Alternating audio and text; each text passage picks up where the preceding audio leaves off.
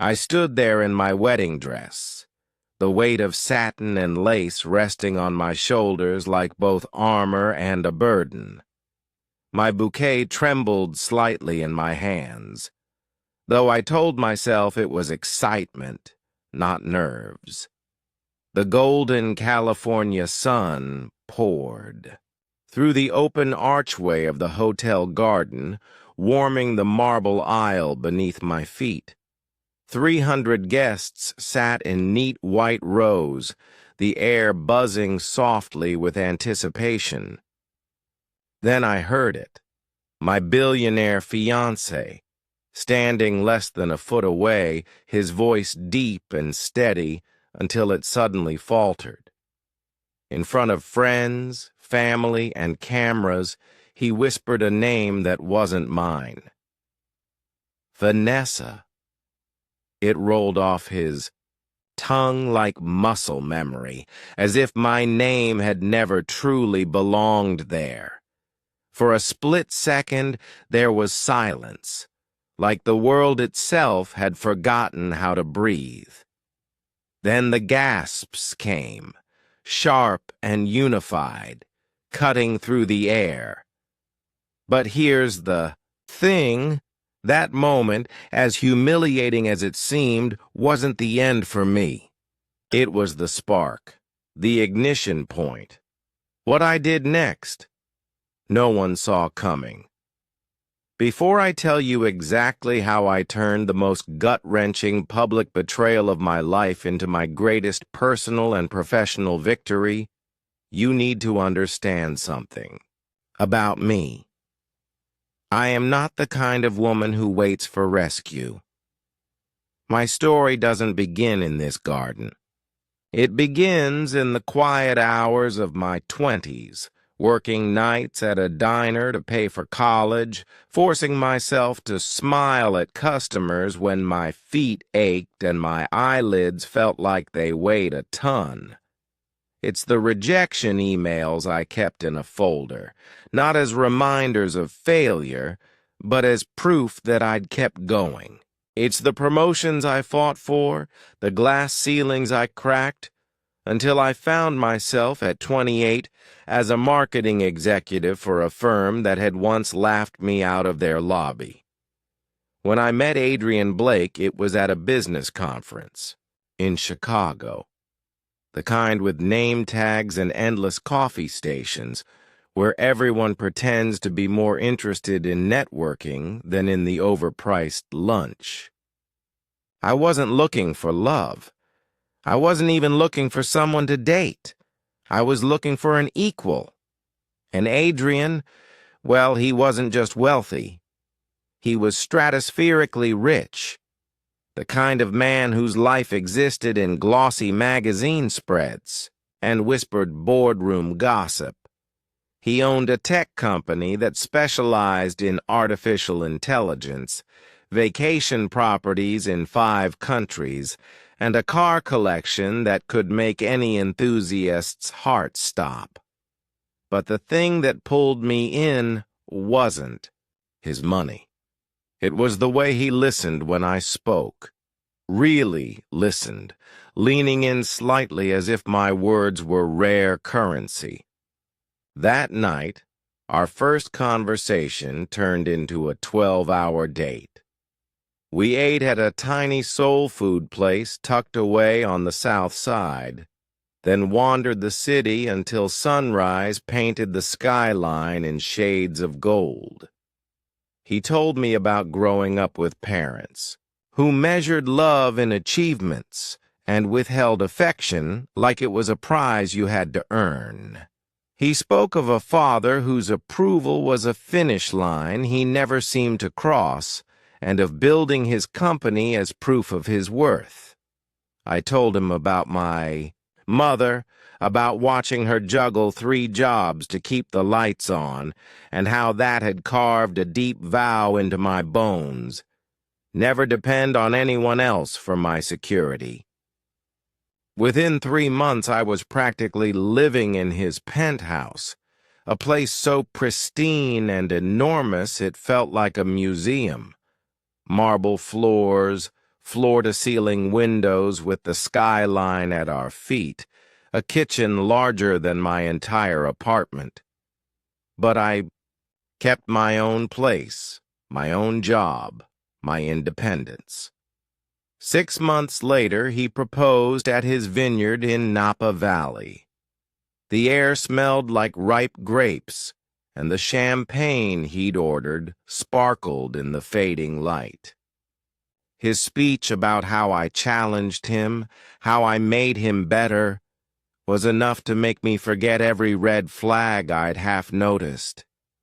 The wedding planning became a production, a $2 million spectacle with 300 guests, floral arrangements from Paris, and pastries flown in from Milan.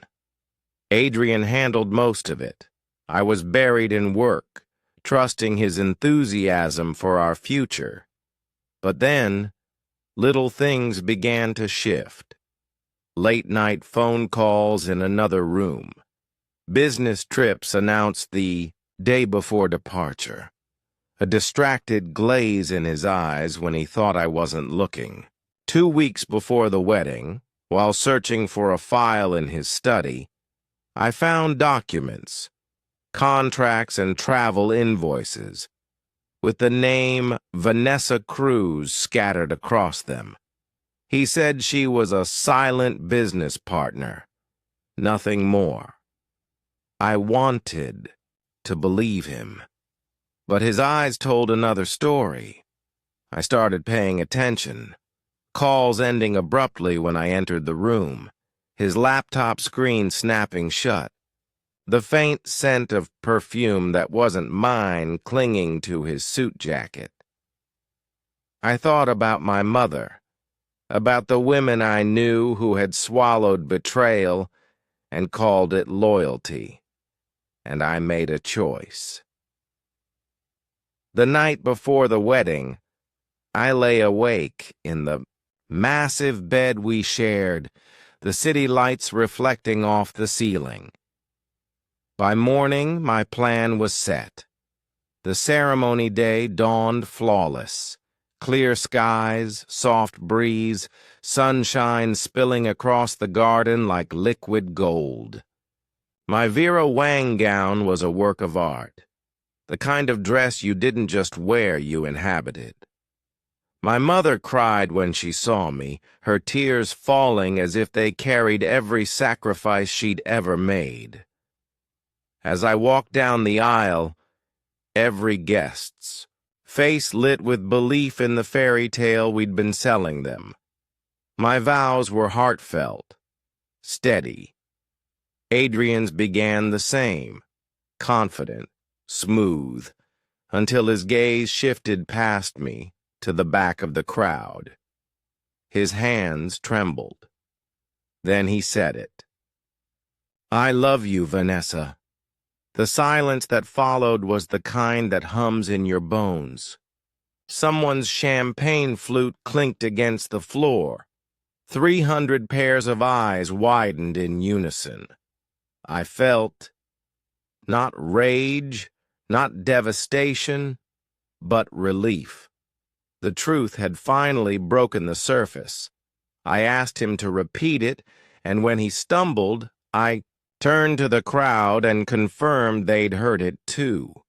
Whispers erupted like wildfire. I took the microphone from the officiant and, with the same calm I'd used in boardrooms, began to tell them the truth. I told them about the hotel receipts, the flight records, the late-night calls. I told them about Vanessa Cruz, who was more than a business partner. She was the woman he'd been seeing for months. Gasps swept through the garden like a wave. But I wasn't finished. I explained that during my investigation, I'd also uncovered evidence of tax evasion, securities fraud, and embezzlement dating back 3 years. That morning, I had already turned over everything to the SEC and the IRS. The fraudulent prenup he'd tried to push through, invalid. Legally, I now owned 50% of Blake Innovations. I gestured toward the catering tent, where Vanessa herself was trying to shrink into the shadows. She slipped toward the parking lot as cameras followed her. Adrian's face went pale. Hey, begged to talk privately, but I told him the only thing he needed to repair was his relationship with the truth. I thanked the guests, invited them to enjoy the food and champagne. After all, it had already been paid for, and walked out with my head high, the train of my gown trailing behind me like a flag of victory. Within hours, the video of my speech was everywhere. Maya Wan and Wedding Justice trended worldwide. News anchors replayed the clip with equal parts shock and admiration. 6 months later, I was CEO of what was now Blake Cruise Innovations, the company thriving under my leadership. My mother was head of HR. Adrian was facing federal charges, his assets frozen, living in a studio apartment, and working for a man he once called a competitor. I donated my wedding dress to charity, sold my ring to fund scholarships for women in business and tech, and proved that the best revenge is never being anyone's second choice. Adrian thought he'd orchestrated the perfect crime. Instead, he'd handed me the perfect opportunity. He gave me the stage, the audience, and the moment, and I made sure the world saw exactly what I was made of. That was the real wedding gift, the one he never intended to give. That's how you turn betrayal into your biggest blessing.